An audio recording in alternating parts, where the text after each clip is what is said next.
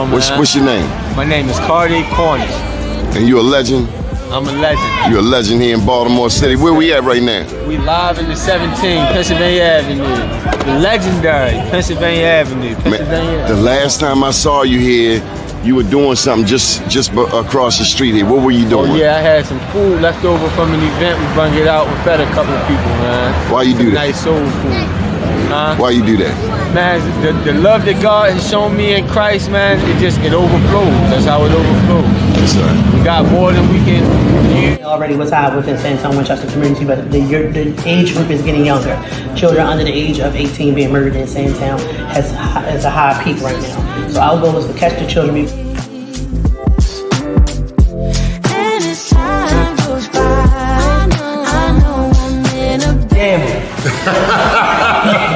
You going hard, man. You going hard on that man today. So what do you think, Mr. Mayor? You got manufacturing right here, helping our young people despite all of the challenges in the city of Baltimore, right here on North Avenue. No, it's really about the growth. Just knowing being there when they were down in Port Covington and seeing how far it's grown. Like you said earlier, like getting the sorbet, where we got the sorbet at the beginning, but now being able to, when I'm at Cannon Yards, get it, or anytime I'm down at Harbor Place to get it, and folks to not even know, but they gonna know now that like this is coming from young people in West Baltimore, right there in West Baltimore on North Avenue, where they think nothing great comes from, but they can see it in what the young people do.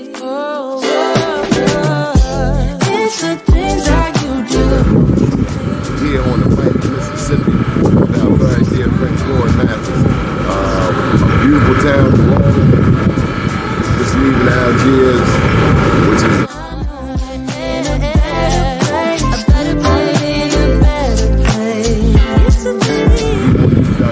going to give you an update. 10 years since Katrina.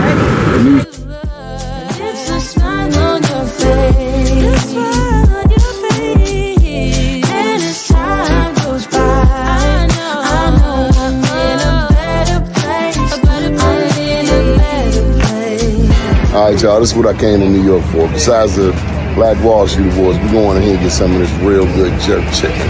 Johnny Glover, out. I feel the warmth of your skin. Just the touch of your hand makes me tremble within. But we need to feed our loved ones. DOTS needs to rescind this package policy program so that our loved ones are able to eat every day in that filthy facility that they We have some stars in the building. First name's Doni, last name's Glover, in it to win it for the long haul, baby. Good morning, Ervin Reid. How are you, sir? Dr. Glover, I am doing wonderful, wonderful. Attorney Robert Fulton DeShield, how are you, attorney? I'm fair to milling, as I normally am, and I'm glad to say today is a repeat of what it was yesterday. Yes, sir. Mr. Michael Haney, welcome to the show, sir. Good morning, Donnie. Good morning, world. Good morning, Mr. Reid, Mr. DeShield. Let's start with you, Mr. Haney. How was your morning show? It was outstanding, man. We had Coach Bilal in. He was broadcasting live from Rodwell Elementary School, talking about environmental issues and young people at Rodwell growing produce and other farm-related goods in the city of Baltimore for sustainability reasons and to put on their plates at home, man.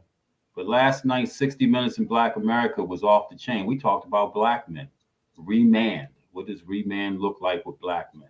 That was an off-the-chain show last night. Okay. Ervin Reid, are you a Baltimore Raven fan?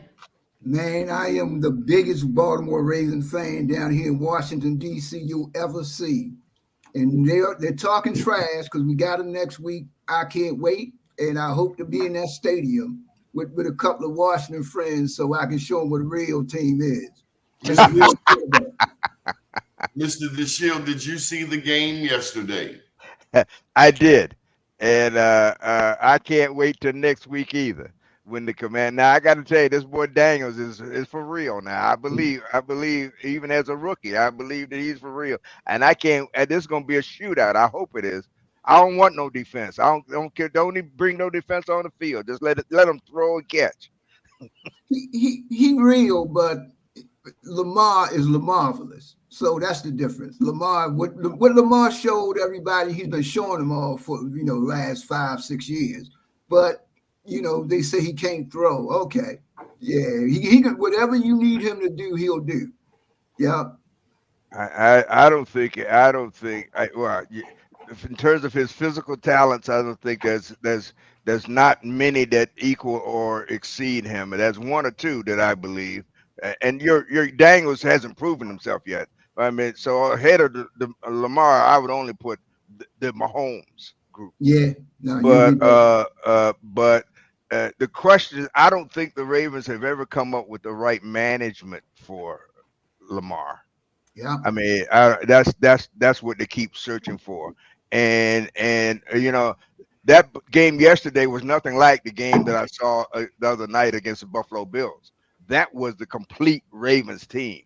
Yesterday, they beat an inferior organization, and almost and could have lost that, but for some serendipity. But they're a good team, but they're not championship team yet, in my opinion. Mr. Haney, how is Coach Harbaugh early in the season, 0-2? People threw him straight under the bus. Has he earned his spot? No. The Ravens, to me, is still a very undisciplined team, and it speaks to leadership. I think Lamar has too much of a say, for real. Lamar and Mr. Reid, man, you are only the second person in my life that's invented a word that I didn't know about. Lamarvelous, man. That is, I love it, right? But the Ravens, to me, are going to have trouble winning the Super Bowl because they're not a disciplined team. I think it starts with leadership. Lamar is a player, highly paid. You look at Mike Tomlin last night. Even though they lost to Dallas, Mike Tomlin don't play, man. His players know who's in charge. On the Ravens sideline, it's hard to tell. Interesting. Let's shift gears. There was a strike that was averted thanks to the Biden administration at the Port of Baltimore, Attorney DeShield. Come to find out that the leader of the ILA, Mr. Daggett, was chum with Donald Trump. And I've asked myself, was this strike, which went from Maine around to Texas, merely a political ploy? Well, I know Harold Daggett. You don't know this, but when I came to Baltimore many years ago, as a labor attorney from the National Labor Relations Board, one of my first clients were two of the largest ILA locals in the Port of Baltimore. And over the course of time, I've had many disputes between the local union and the international and Atlantic Coast District and so forth. And so I've had occasion to come into contact with Mr. Daggett over those many years. I don't know and the strike was suspended very early, and you don't really where the parties are that far apart on the economic issues, on the wages, you don't normally see a strike end that quickly. I mean, the management proposal, which was, as I understand, was the basis of the suspension of the strike, was 62% of what the union was asking for, payable not over 5 years, but over 6. If they were that close before if the strike could be suspended that quickly, that means they had to be very close to those terms even before the strike took place. So then you got to wonder, what was the strike all about? What So that causes you to consider at least whether there may have been other motives. But I'm not going to enter the world of conspiracy theorists and offer one of my own. I don't know the answer to your question. Ervin?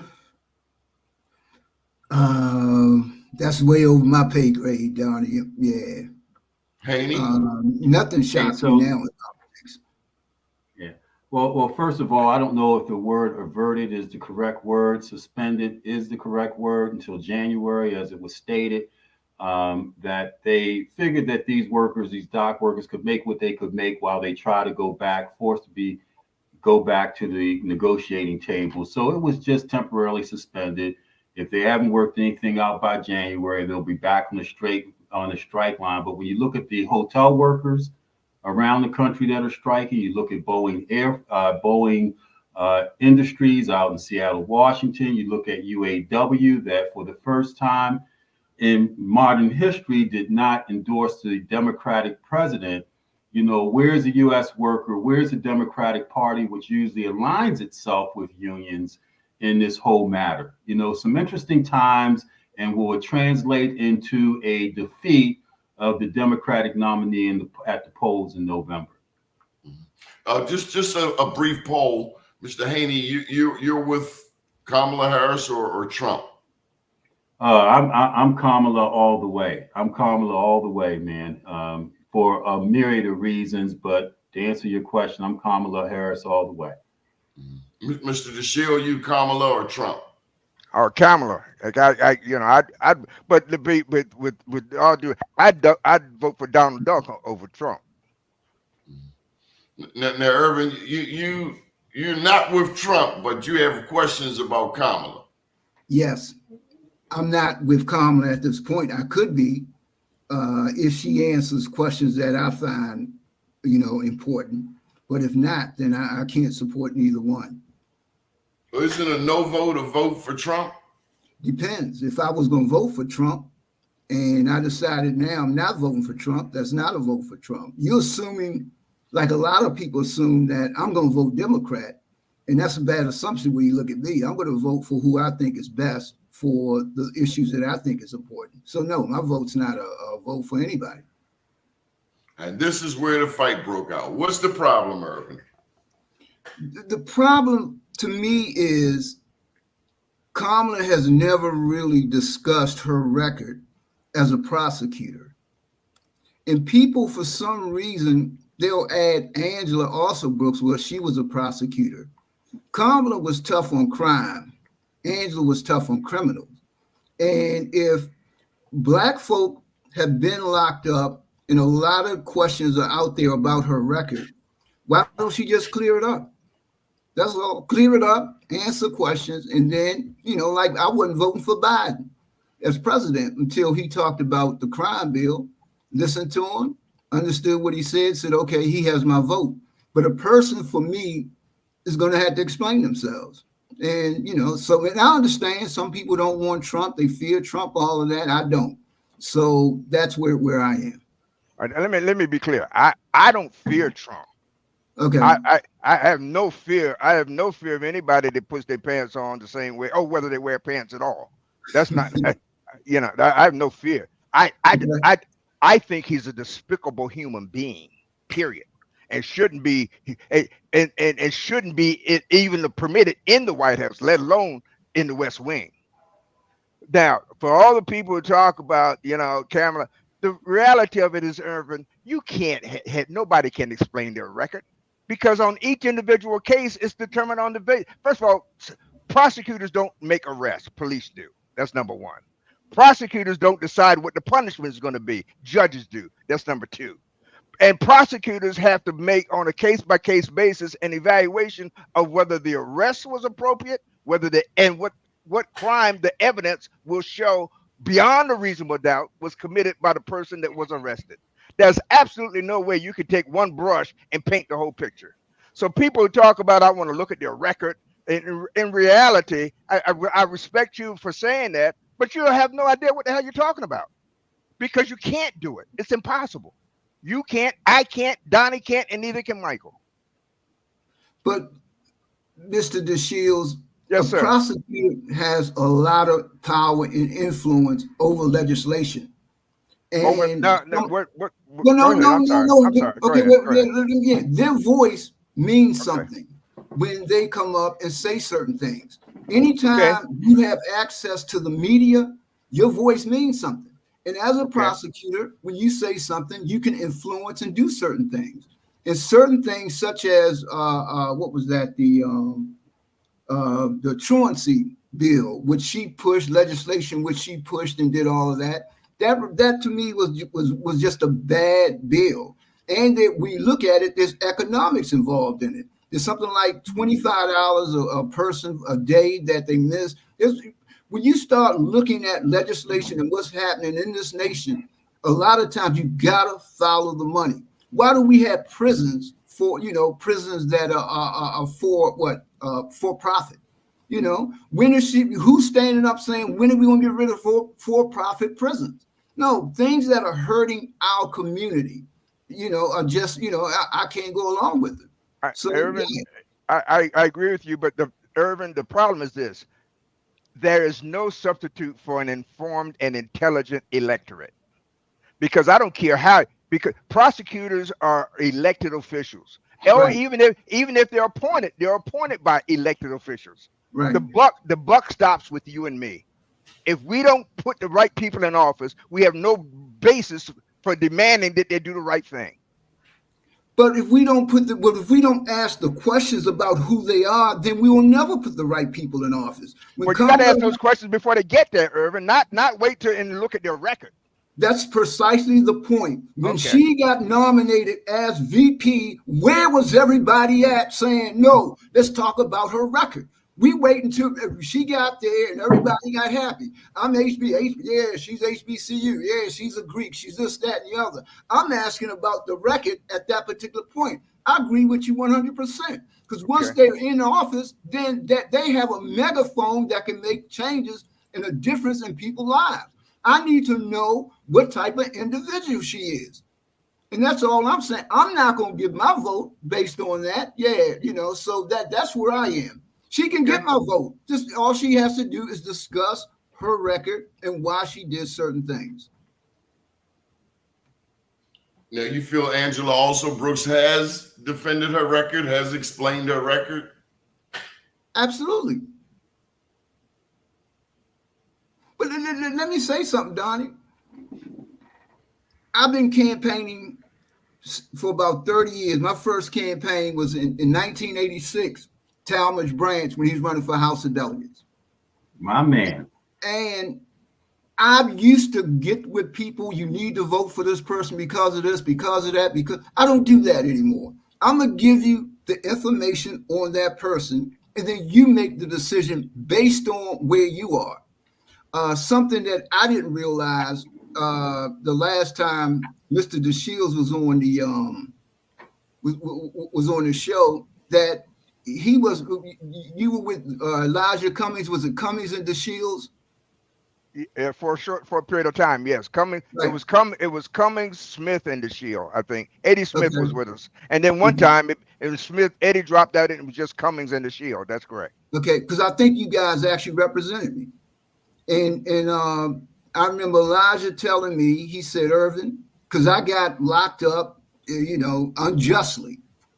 And he told me, but I made a call, who called Elijah Cummings, who called Quais, who called the judge, and they let me out. I was in their bail for 30 days. And he said, Ervin, I know how you feel, but you're the lucky ones, you got out.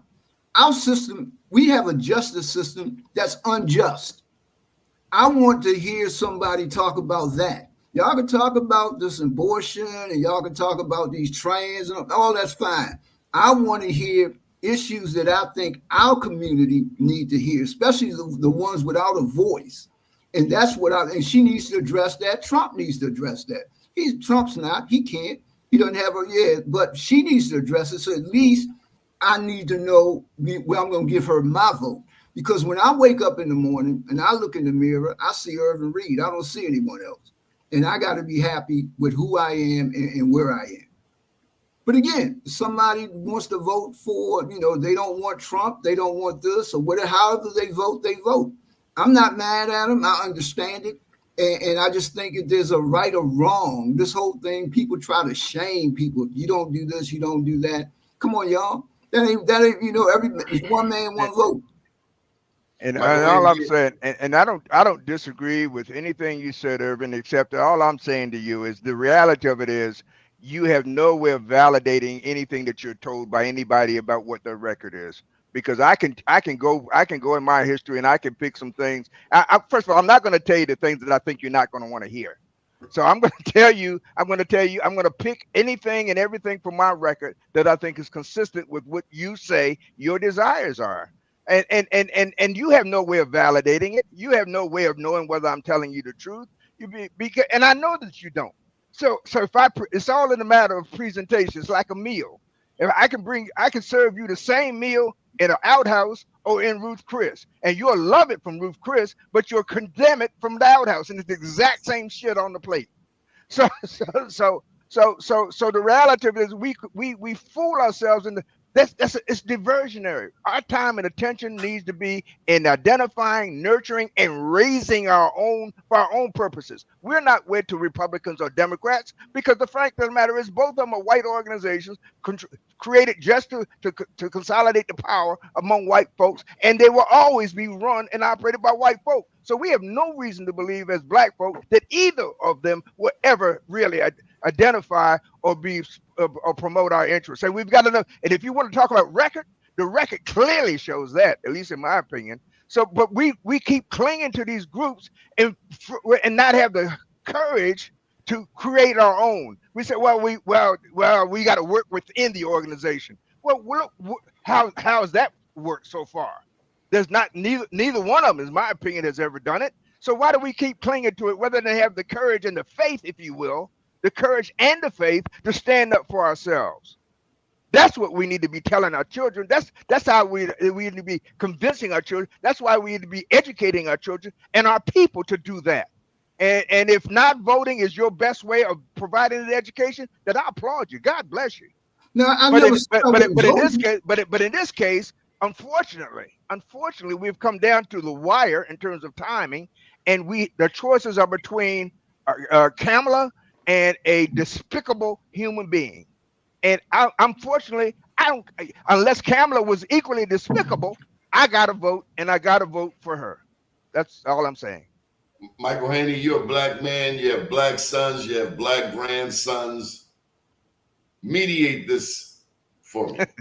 Hey, man, first of all, let me say this is the beauty of black media, the educational aspect of what it is that our people need to look at and tune into to find out what the best decision is. First of all, what's the education of voting? So voter education isn't a matter of just signing up to vote.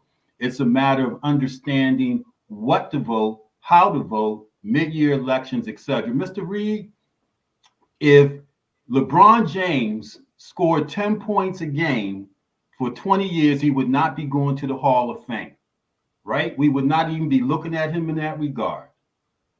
If Kamala Harris's job was to lock up 1 million people and she locked up 900,000, sent her to the Hall of Fame and put her on record as having done her job as a prosecutor, that was her job. Now we want to decide whether Ivan Bates' approach of giving them 3 chances before he locks them up, or Kamala Harris's way to do it, which is lock them up, which the law says is the best way to judge.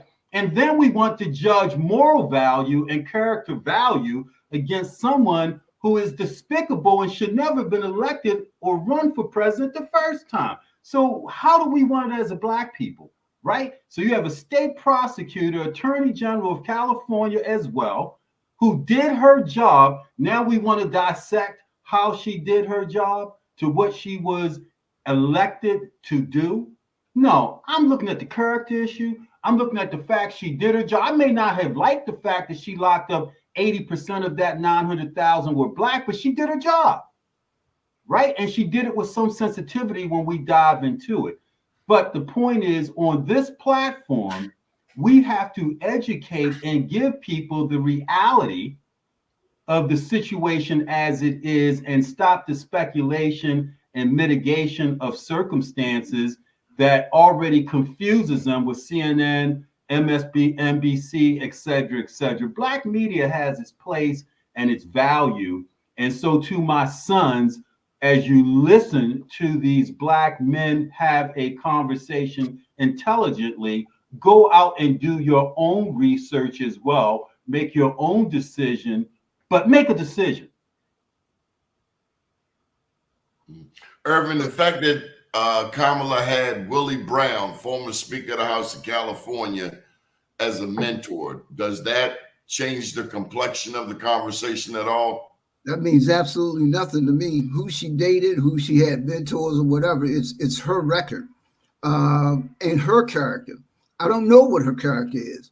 What I do know, being involved in politics, is that a lot of people get to places not based on what they're doing for people, but what they're doing for the establishment and the party.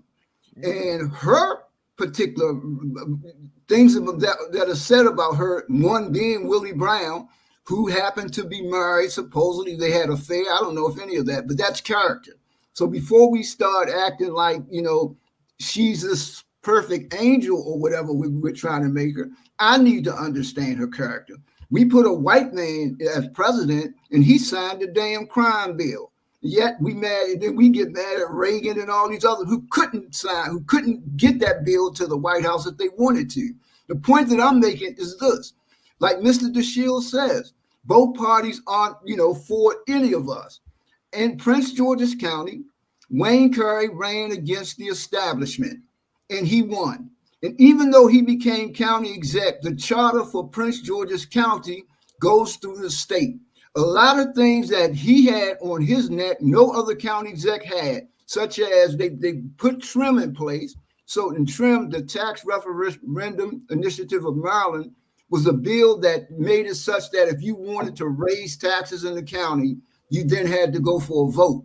He's the first one that had to go through that, meaning that if he needed money for schools, he couldn't get money done except by raising taxes, but going to a vote.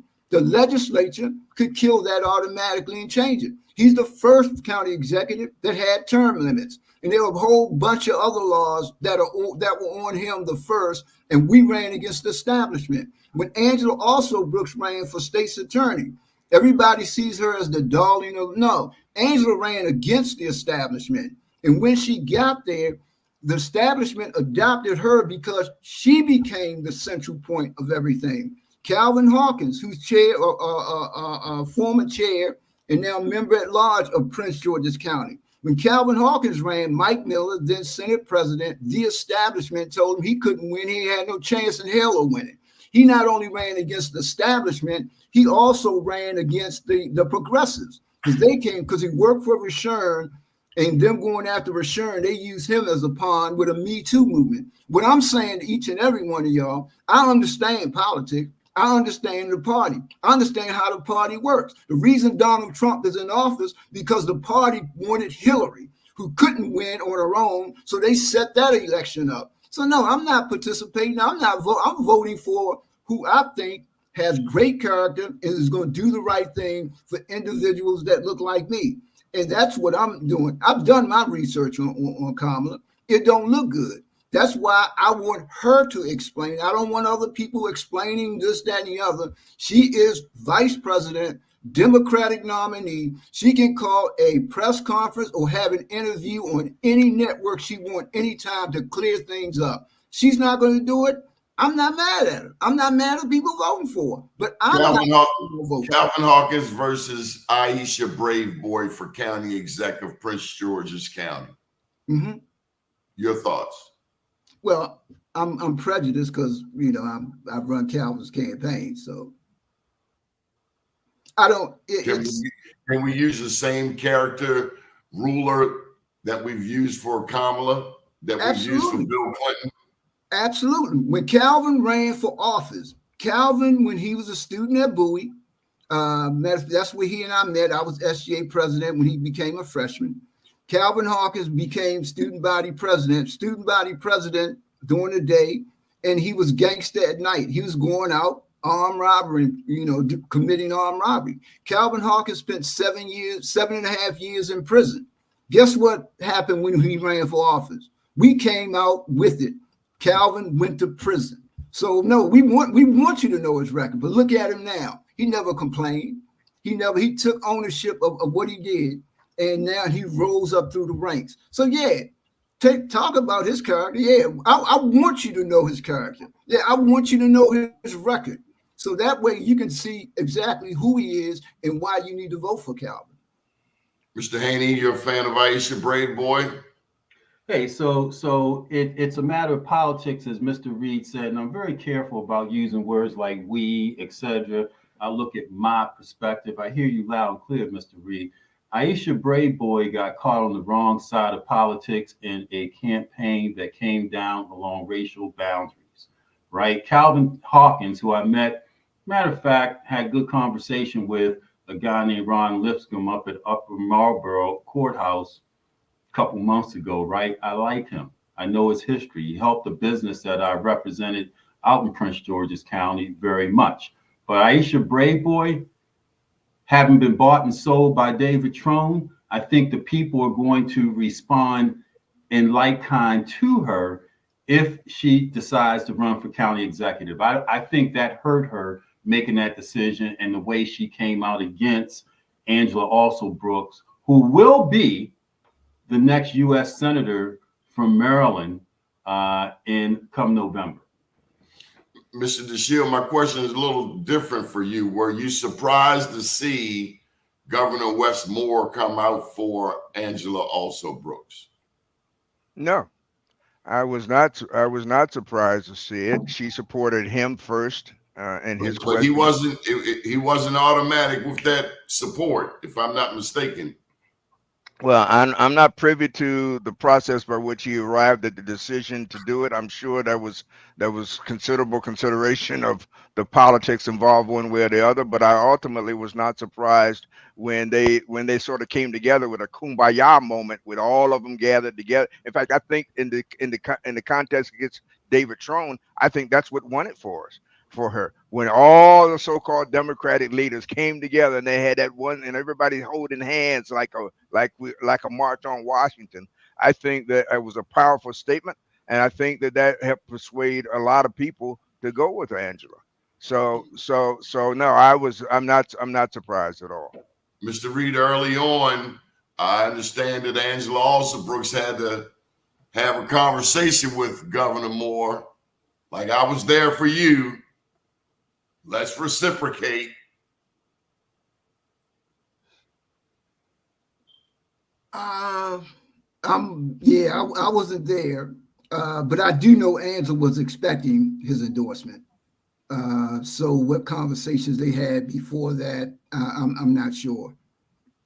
Are you pleased, Mr. Reid, with the unity among Black Democrats when it comes to the Also Brooks campaign here in Maryland? Yeah. I mean, they beat a man with $60 million of his own money that went straight out the window. No, I mean, am I happy? I mean, David Trone is known to buy your whole campaign team. He'll just buy him. But the problem, Donnie, when you say, am I happy, is, am I happy somebody endorses me? No, I'm happy when somebody hits the streets or somebody writes checks. And I don't see a lot of that going on with Black elected officials. So, I mean, this race is still going to be close. And, you know, I'll be honest with you. Now, one thing I will say, because I've been out, Larry Gibson, who we all know has been, you know, has a sign campaign. And so Larry's my mentor. So down here, we've been doing signs with Kamala and Angela. And I can tell you, as soon as I pull signs out, people running to grab these signs. We can't, So that's a good sign of Angela and for Kamala. But am I happy with Black elected officials? No, I'm not. You know, if you're going to endorse me, come out, hit the street, spend some money, get your people on board. So, but yeah, I mean, they with her, but I don't really know what that means, quite honestly, other than you with me. Mr. Haney, what does it mean to have the first Black Democratic U.S. Senator from Maryland? Well, if I can regress for a second, Donnie, and co-sign something Mr. Reid said regarding Larry Gibson and the sign campaign on the ground, it wasn't a matter of Black leaders coming together to endorse Angela. It was about Larry Gibson laying out thousands and thousands of signs. I was over his house when he had cohorts of people from all over the state. He did the same thing for Raphael Warnock down in Georgia, right? And so there was a campaign inside a campaign of which he was not affiliated with Angela's campaign to ensure that money was spent in a different manner to ensure that she got elected, just like Raphael Warnock. Brilliant idea as you look at his roadmap. But to your question, right? So Angela Alsobrook from Maryland, it's about time. 100 of anything in this country to be one of is good.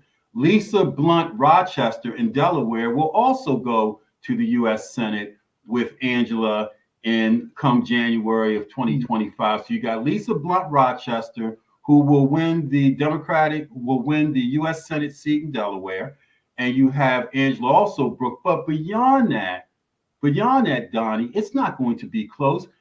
Who won the Republican nomination for governor in this state, in spite of the fact the leader of the Republican Party, Hogan, endorsed her? She was trounced by Cox. And so the people that didn't vote for Hogan's endorsement of Schultz are not going to support Hogan in this race. Hogan has to depend on the conservative white Democrats to get him across the finish line. And when you look at the Republicans that endorsed and pushed Cox to the forefront, it won't be close because they're not going to support Hogan because he doesn't support Trump. Okay, so we have to look at that factor going all the way back to the Republican gubernatorial race, and Hogan lost that race. So he's not going to get Republicans supporting him in this U.S. Senate bid. You buy that, Mr. DeShield? You think Hogan is left out in the wind? I think Hogan is trying to play chameleon. I think he's trying to sit on a fence that doesn't exist. There is no middle ground in the Republican Party. In fact, there almost isn't a Republican Party. You could call it the Trumpian Party if you wanted to. The notion that he should be elected as an arbiter among the Republicans is ridiculous. I think that Angela Alsobrook has seized upon, rightfully and intelligently seized upon, the issue that we're not. This race is not Angela Alsobrook against Hogan. It's Angela Alsobrook against the Republican Party, because that's what really it comes down to. And for all of those reasons, I think Michael Haney is right in his assessment. Nobody's buying this thing that I'm going to be an independent moderate, an independent Republican. That's ridiculous. The middle ground was taken away by Trump. It's either my way and kiss the ring, or you're my enemy. Or I'm going to send a squad of people to your house, and they're going to burn flags or burn posters or even intimidate you or threaten you. So the notion that he can somehow quell that disturbance, that he can somehow bring law and order back and civility back to the Republican Party is absolute. Whoever believes that, I got a bunch of Brooklyn Bridges I can sell you. Mm-hmm. So, Mr. DeShield, last night I sent you a Facebook post about you and Mr. Haney's, one of your favorite restaurants, turning away a party of 10 black people. And I'm sorry I couldn't give you more details. Have you ever experienced any racism at Ships? Have I experienced it right now? If you're talking about, I have experienced situations where a particular employee of Ships has exhibited clearly to me racial preferences, if you will, or the adherence to, the allegiance to the notion of white supremacy. I've seen that among the employees at Ships.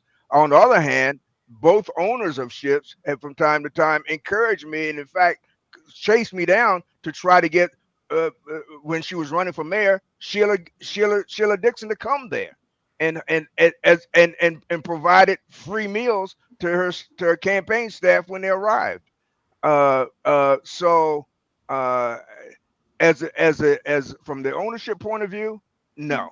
From the individual point of view of at least one employee, I have seen it. In full disclosure, I tend to frequent Moe's on Joppa Road, and I understand that long before the current management, Moe's on Joppa Road was not very friendly to black people at all.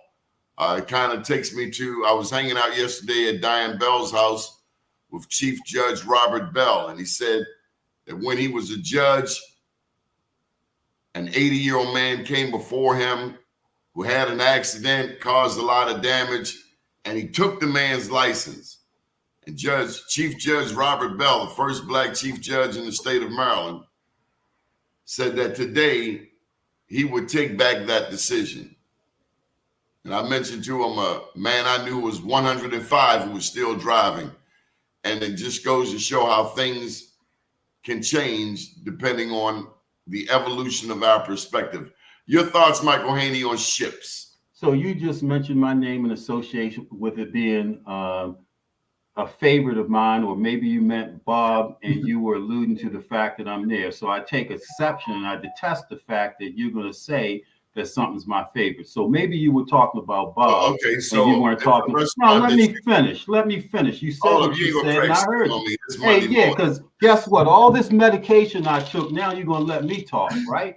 Because I heard what you said, right? You said that it's I just know that you like to go there and you like to chat. No, you don't know anything. You know that I've been there, but you don't know anything. So let me talk. Is this you or the say drug? What I say in terms of what it is. Yeah, because I'm on judge.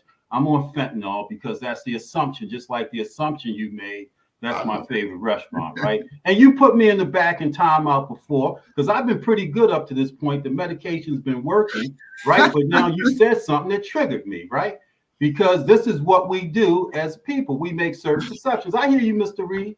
You know what I'm saying? It's all good, right? So Ships treats me better than Matthew 1600 out on Frederick Road, Edmondson Avenue, which is the most racist restaurant that I see black. Matter of fact, my mother and I stopped going there. Ships, as it is, because my favorite restaurant for real is Terra Cafe. As soon as Terra gets back and Terrence gets back where he was 4 or 5 years ago, love the fish sandwiches, etc. Love the way his employees treated me, and we need to get him back where he needs to go.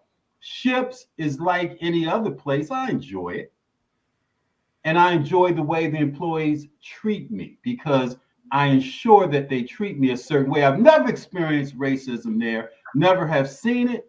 And so therefore I can't speak to it, but make no mistake, it is not my favorite restaurant. I'm with some of my favorite people in that restaurant, but Ships is not my favorite restaurant. Terra Cafe is, I just love to see it get back to where it was. You can have your show back. Mr. DeShield, you want to take it from here? Because I think I need to go and freshen up. I can't add. You don't want me to interpret that, do you? I can't add to or take away from Mike's opinion and his reaction to your statement. Ships is one of the restaurants that I frequent, and it is one I could say that it is one of my favorites, only because I don't really frequent a whole lot of restaurants. I would also add that Terra Cafe, if I were to list favorites, Terra Cafe would be at the top, and because, and among other things, it's a client of mine, and I've been visiting there for much longer than I've been visiting Ships. But the reason I go to Ships and the Terra Cafe are entirely different. Terra Cafe is the best fish sandwich in Baltimore. I happen to think the Ships has the best steamed crabs in Baltimore. If it was someplace else, I'd be someplace else. Mr. Reid, hey, Bob, I think the real deal is that we got to invite Doni next Friday because I think his ass is jealous, man. Just invite. Oh no, Donnie's been invited. Before. No. Bob, I was there before you, Mr. Haney. Table next Friday, please. Well, that invitation. Bob, please. I'll pay for I will. It. Don't worry about it. I would. You are invited Friday at 6:30. Okay. Hey, well, let's Mr. see Haney, issues for what they are. You, just so you know, who Mr. cares Haney. who was there before me? Who's talking about who was there first, etc.? Let's not deteriorate into that type of conversation. Bob, just invite this guy, man. I already did. Okay, Mr. Reid, you want to put a plug in for any fine Black-owned establishments in Prince George's County? Oh man, I'll say all of them. Anybody that's Black that has a business in Prince George, they ain't throughout Baltimore. I mean, throughout. Let's throw in Old Town in with Chef Darnell Long. Yep, love Old Town in, love Darnell. The brother's been working hard, opened up 2 restaurants. Pandemic hit, had to close one, but and he hires us, and that's the thing that I like most about it. And he makes sure that his employees, treat us with the utmost of respect. And Next Phase Cafe here in Baltimore on East Lexington Street, Tony Randall, and he's been a huge supporter, as have Mr. Haney and Mr. DeShield of this network and the work that we do in the community. So big ups to Tony Randall and his daughter Mika. Mr. DeShield running a restaurant, that's tough. That's a tough job. It's 24/7. You constantly got to count your inventory, your liquor, your food. You're watching out for theft, watching your bartenders not pouring too much.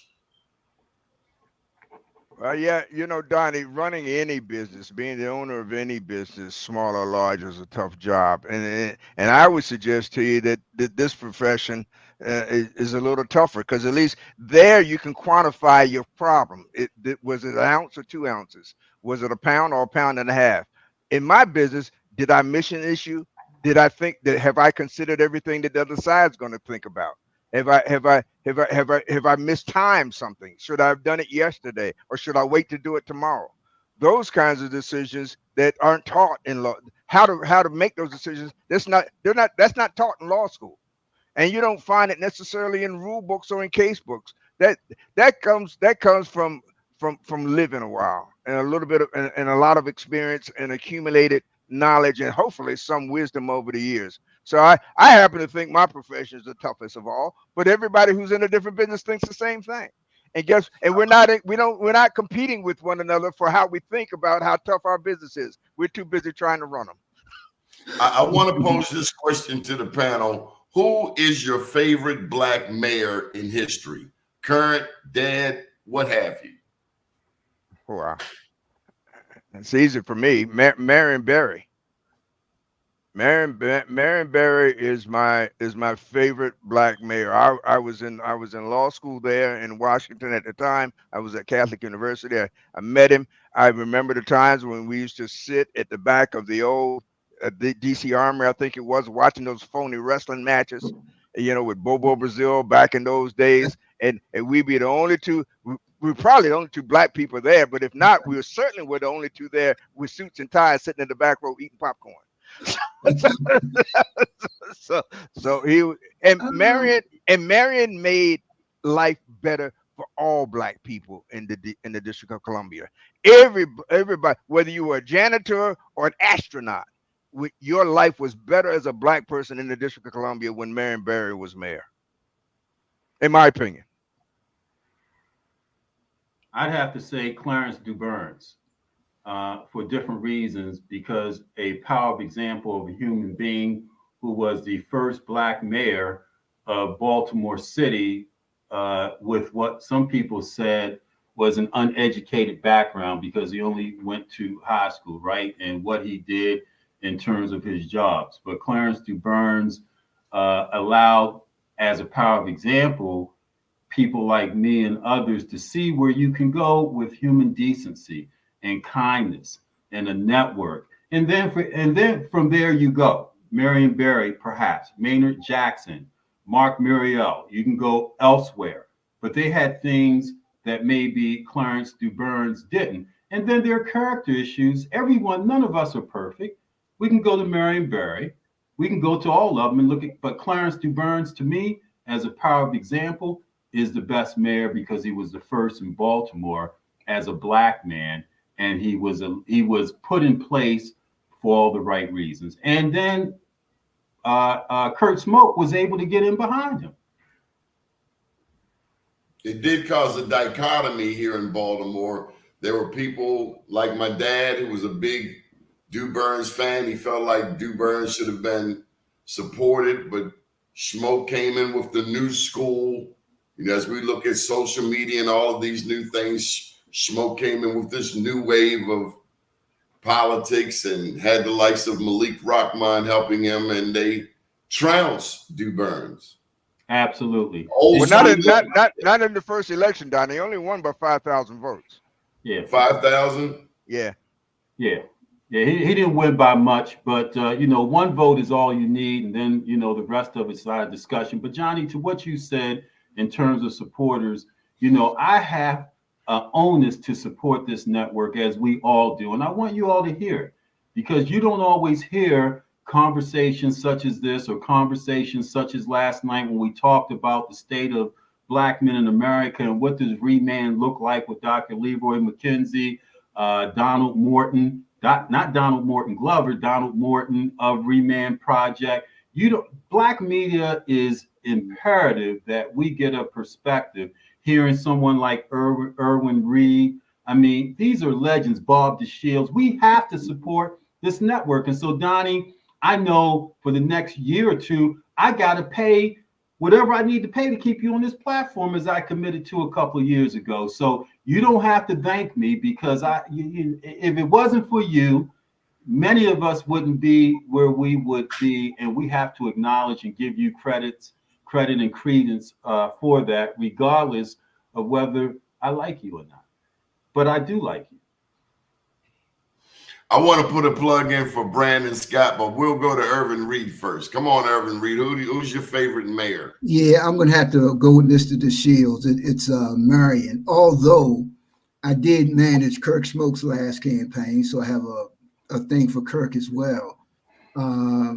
If you threw a county exec in there as, you know, an executive, but you said mayor, of course, Wayne Curry, who I'm super close with, or was super close with, and saw the things that he did. And I thought he was the most brilliant elected official after Perrin Mitchell that I ever met. So, but Marion just, he had no fear whatsoever. And he was unapologetic, like yourself, Donnie, for being black.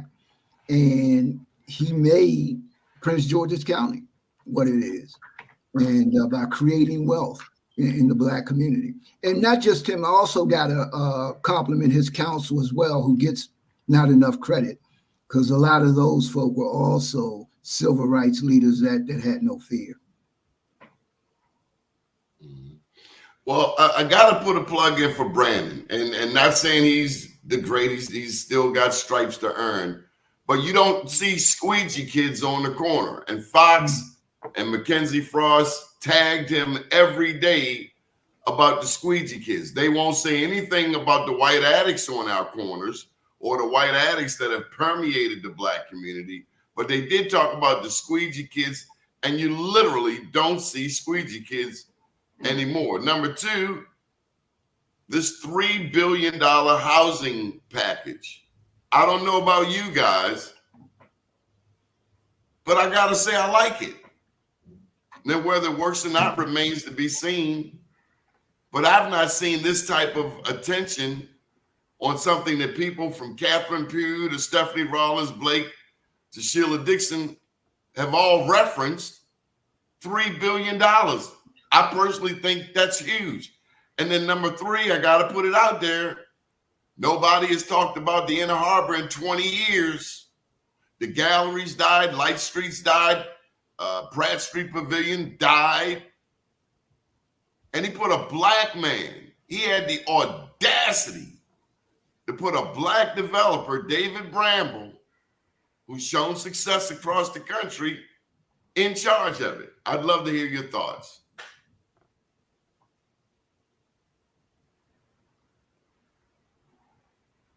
I'll go first. I'll go first because I got 5 minutes. I don't go downtown enough. Who's somebody talking? I don't go downtown enough to know the squeegee kids. So I have no reason not to believe that, as you say, that they're gone. And I am familiar with the program to reduce the number, because one of my clients was instrumental under a contract with the city to help make that happen. With respect to the housing initiative, I've seen a bunch of housing initiatives over the years, everything from land banks to Project 5000 to all the other projects. The method of accomplishing that, the tax incremental financing piece, and using that to do to create affordable housing. I don't know whether that will work. Seems to me it may be working at odds with respect to that. And with respect to Harbor Place, I certainly have no objection to the fact that that there's a black developer. I wish that the process for selection that developer had been more transparent and open. And I certainly would wish that the plan for redevelopment of Harbor Place included an opportunity for black folks actually to own a piece of the rock there and not just be tenants or renters. So that's what I think of those three things. And if I can say quickly, if I can say quickly, Donnie, before I go off, because I agree with you, I think that Mayor Scott has done a very admirable job.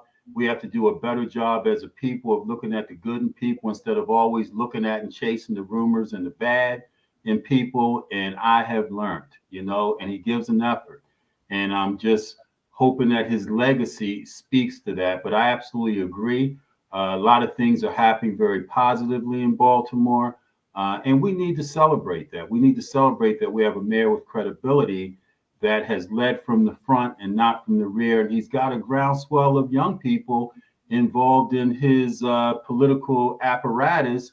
And maybe us baby boomers, us older people, felt a little bit left out. But we always said we need to turn things over. And now here it is. Now we have to. Donnie, thank you so much again for having me on your show. We got one more question for you. Can you hold on? I got okay. Okay, your thoughts on Wes Moore? We'll go around the horn on this. How's he doing? Yeah, so I believe that Governor Moore in 2 years has done a phenomenal job of putting himself and this state on a national platform, where he has elevated his credibility. And maybe the bridge had something to do with it. Maybe there are other factors that had things to do with it. But I think he's positioned himself well, and that's what politicians do. I think he's spoken well for Black people. When you look at the tangible aspects of things that are happening in the state that are relevant to me, I think there's still work to do. But at least he has a platform to speak from and potentially leverage that may ultimately benefit me. So I think he's done a admirable job to this point. Okay, Ervin, Reid, thank you, Mr. Haney. How's the governor doing? Oh, no, I think Wes is doing well. Politics is a give and take game. And I think he sort of is mastering the art of it. Too many of us don't understand that you can speak up for someone without threatening people. And I genuinely believe that Wes Moore truly cares about everyone, especially the least of us. And so, no, I'm excited about Wes, and look forward to whatever I can do to help his administration. Was there anything we didn't cover this morning that you wanted to cover? Oh no, I'm good. And I appreciate, like I say, with Mr. Haney and Mr. DeShields coming on. I love the fact that we can talk and everybody listen. David Bird, but he was already scheduled for something. Mr. DeShield, what grade would you give the governor? A, B, C, F, incomplete? Well, it's never complete. None of our jobs are complete as long as we're this side of, as long as we're north of the earth. We always have a job to do. I think he's one of the best governors, if not during my lifetime. But I got to admit, as Ervin did earlier, I got to admit somewhat of a prejudice because he had the good sense and good fortune to appoint my daughter as the first Black person ever to the Maryland Board of Contract Appeals. He recognized her intelligence, her commitment, and so I applaud him for that. If he never builds a bridge, he's built bridges with me. But I've got a call with the U.S. Navy Department that I've got to start at exactly 10 o'clock. So I appreciate it. For your time. I see you later. Bye-bye. All right. Up to date down tomorrow. Thank you, Ervin. Do your day and everything will follow. Nothing to it but to do it. And we can't mention the greatest mayor without mentioning Wayne Carey, because although he's a county executive, in many regards, he's the mayor. Do your day and everything will follow. Nothing to it but to do it. I got to do it regardless of how I feel. I am somebody. I am my brother's keeper. We have Black Wall Street this Wednesday. RSVPs, it says sold out, but just show up. Bring your business cards. This Wednesday, 6 to 8 p.m. at Black Swan Restaurant, 1302 Fleet Street. A number of honorees, including Robin Smith and Bernard Wright. Bernard is an AI guru straight out of gorgeous Prince George's County. Good morning, world.